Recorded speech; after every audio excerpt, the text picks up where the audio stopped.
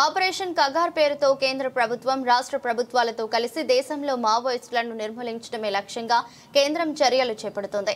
అలాంటి వేళ Maoist party కీలక నిర్ణయం తీసుకుంది. ఏడాది మే 21వ తేదీన మావోయిస్టు జాతీయ కార్యదర్శి నంబాల కేశవరావును భద్రతా బలగాలు హతమార్చిన నేపథ్యంలో తాజాగా జగిత్యాల జిల్లా కోరుట్ల పట్టణానికి చెందిన తిప్పర్తి తిరుపతి అలియాస్ దేవ్జీని ప్రధాని కార్యదర్శిగా ఎంపిక చేసినట్టు సమాచారం.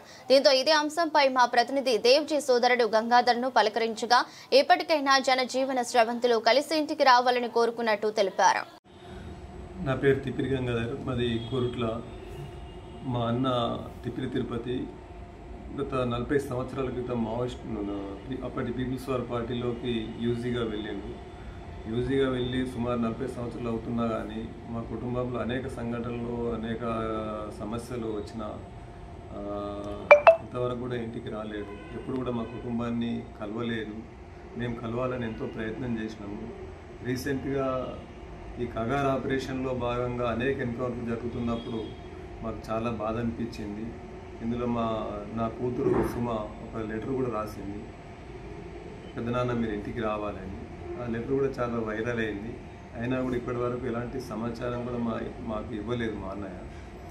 తన భార్య అయినటువంటి సృజన అనే ఆమె జిల్లా కార్యదర్శిగా పనిచేస్తూ పోలీసు అధికారులలో అమరురాలైంది. అప్పుడు కూడా మాకు ఎలాంటి విషయం తెలియదు, మా ఇంటికి రాలేదు.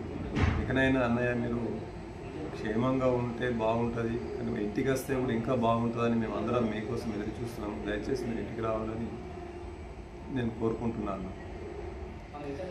అంటే మీరు ఇంతకాలం మావోయిస్ట్ పార్టీ మిలిటరీ కమిషన్ కార్యదర్శిగా ఉండేనట. ఈరోజు ఇంతకుముందే తెలిసింది నాకు మీరు మావోయిస్ట్ పార్టీ జాతీయ కార్యదర్శి అయినరు అని. కానీ మాకు మాత్రం చాలా ఆందోళన ఉంది. మీరు ఇంటికి రావాలని చాలా కోరుకుంటున్నామన్నా. దయచేసి మీరు ఇంటికి రావాలి.